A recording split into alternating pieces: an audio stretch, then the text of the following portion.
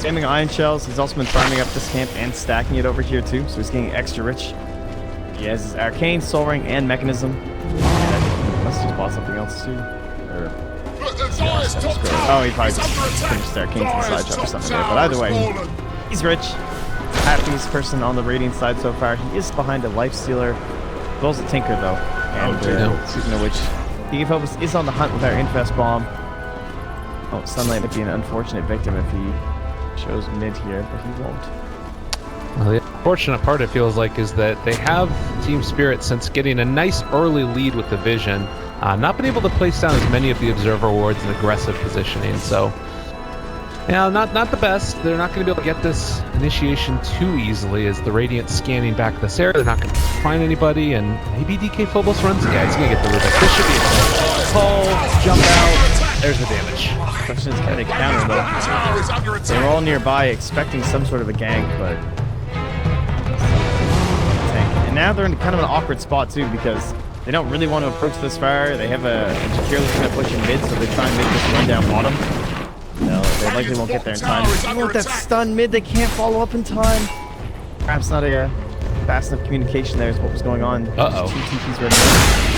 Frolic, is gonna get slowed but you see everybody on top of him. It's Sand King. There's no way out from that one. It's kind of just done. Yeah, mistakes were made. He just got baited in by Sven so hard. It's like all on Boyer range. Like throws the stun and just leaves. Dude, come on. Like what? He's gonna pitch me like that. And so that they're firing back with the kills. You don't end up getting anything on that bottom tower at the very least, but he's very happy. There's a burden right now on LQ. Try and get some pressure going of their own. Try and stop Iceberg, but who's going to do anything about it? They don't have enough farm on the supports yet for a Blink Dagger. Onyx is a Darkseer, so he's not one of those earlier initiators. No. Meching up in the jungle. Maybe a surge forward into heavy stuns, but it's not feeling like that's the case. Man, what again? Just getting the max range on these vacuums. I mean, we've been seeing a lot of him play throughout these qualifiers, and I've been impressed pretty much every game that I've watched him. I don't know, something to keep our eyes out for, depending upon how these matches go. I just hope we get another pause so I can see his 1% drawing skills on the minimap. Oh yeah. That was some solid stuff. Good job, Funnick. So he knows how to embrace it. Yeah, definitely. Well, the early Blink Dagger was there for the Axe. We're still a little ways away from the Slardar, but considering that this position 4-ish Slardar has level 7 already, oh lol, it might be getting baited in again. They're chasing. They do have FNG there. Is not going to be able to catch up, it looks like.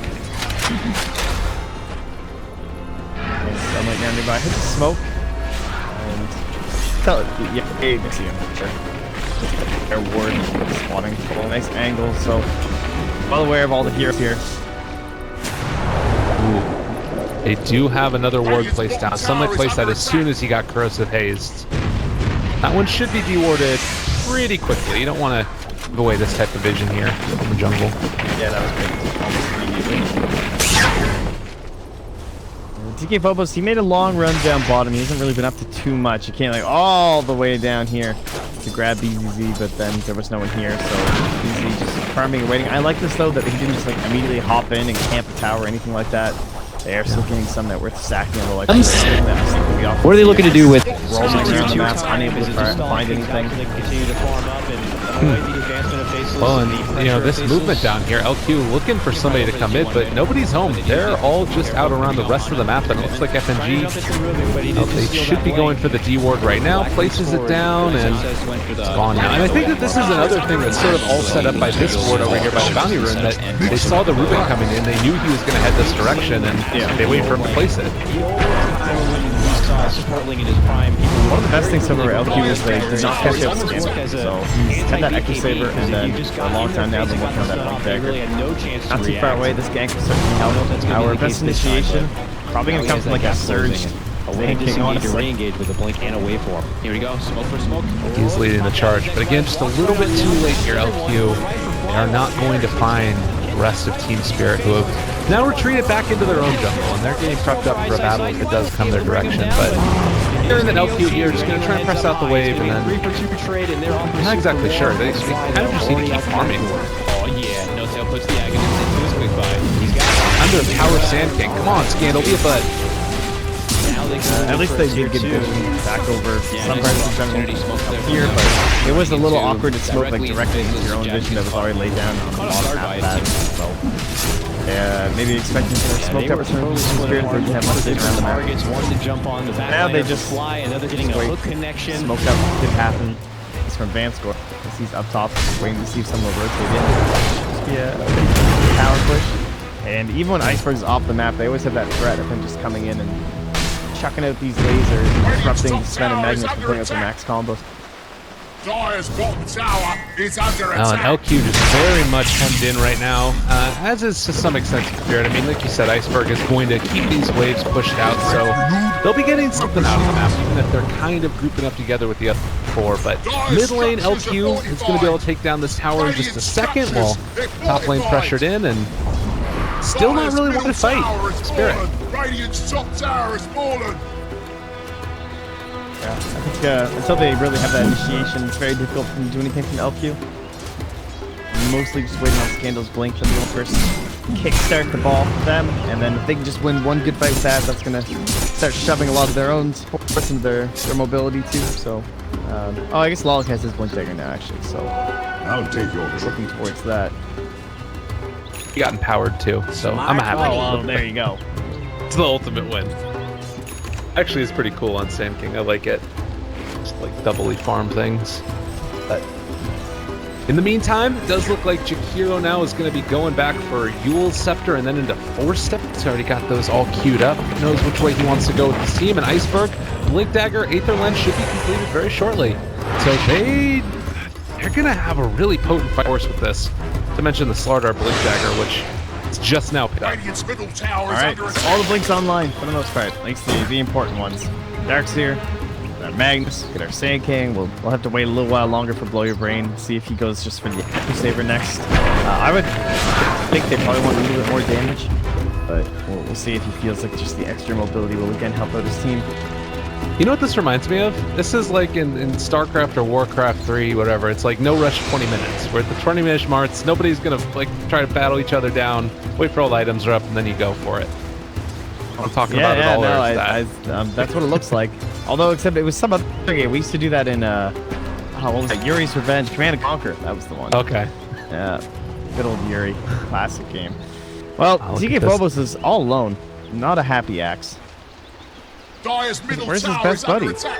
going on Double here? damage. FNG, they're like, this is pretty clever. They're like baiting DK Phobos as if he's going to be the one who has something inside of him. Oh, they're looking. They want this. Link forward. Funnick trying to fight. Bit antsy, and this is going to be a little bit into the favor of LQ if they fight on this high ground. Pittsburgh is also here. His Blink Dagger. This is squaring up to be one of those big engagements. If they can pick off the Sven right at the start, it would be huge. But I don't know if that's going to happen.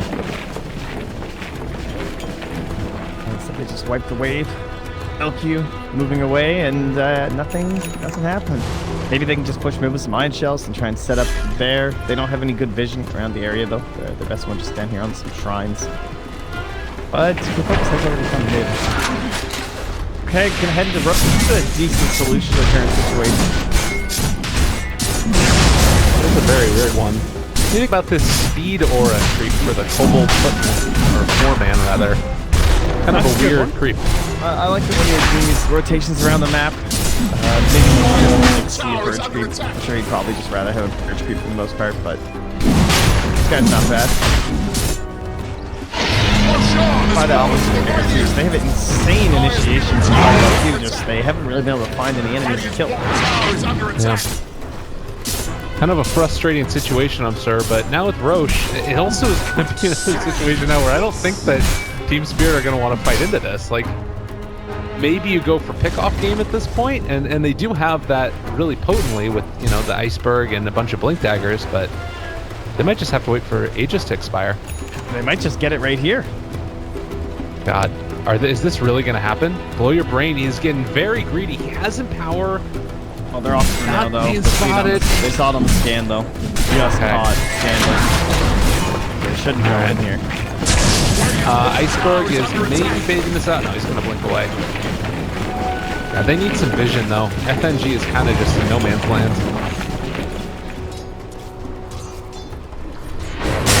because of this, they're going to run a DK Phobos, so Benji needs to get out. They're going to squeeze him down a little bit. The stun as well. Everything is on.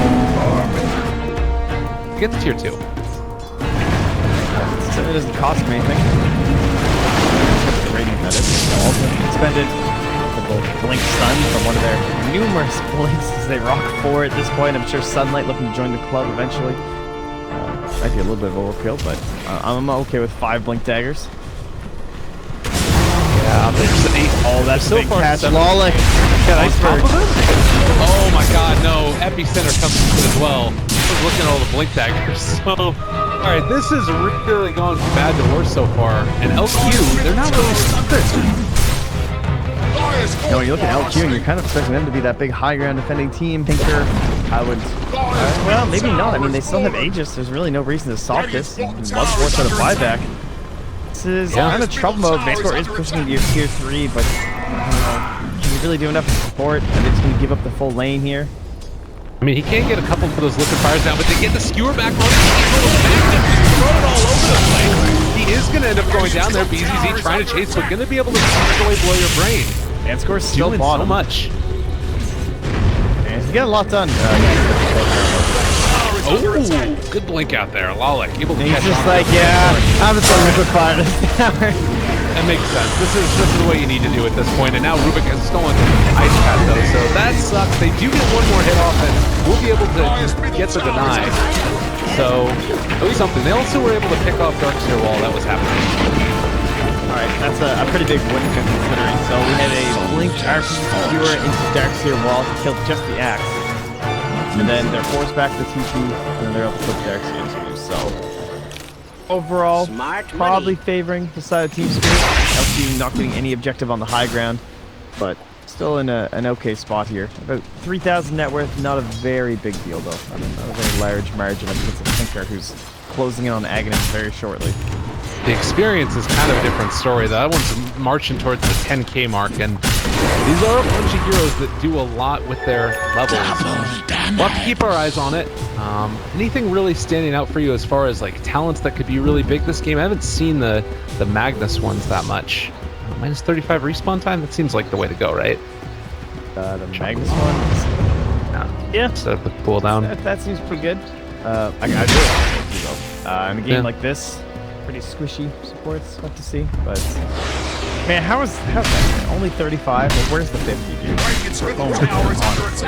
That's ridiculous. I guess it makes sense though, because they're like, oh well, it doesn't matter how much Lone Druid's cooldown is, because he doesn't have the berries, he's just anyway, and blah blah blah.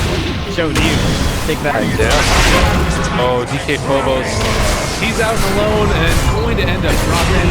I will say that they could have played this in a split pushing manner though. Like, it's just one hero on one side of the map, and if you rotate 4 or 5 to get that kill, do you think it's still worth it? I think it's relative. Yeah.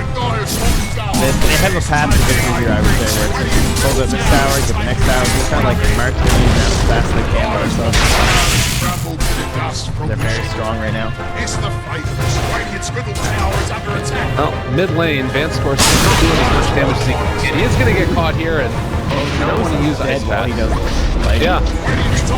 They have so many blink daggers that if you just want to push the tower, the moment one person TPs, you will die. Oh, but meanwhile, they're chasing this down. Iceberg finds one. The corrosive haze on top of it. That's not going to kill. Crush, there's going to be the catch. Scandal is in trouble. They have Iceberg still dealing up the damage. The rest of the side of LQ is showing up though. Aquatic now on top of him. Iceberg forced back and away. Canceling this hard key though. And they are going to be able to catch on to Iceberg. The Epicenter is coming out as well. Aquatic going to try and chase this, and he should end up going down. So pretty dead for Spirit. They were able to take 2 in response though, and maybe the fight not quite done yet as BZZ going back in. T-Phobos there as well. Burrow connects. They don't have Epi now. Back on the 2. They're looking for the counterplay. There's the call on to 3. BZZ is going to die to the AoE though. Oh man, that was so close. And that Aegis must have just expired when he went down. I think I heard the noise like momentarily before he lost his life there. It's pretty rough for Sven. Maybe he was okay with being singled out there.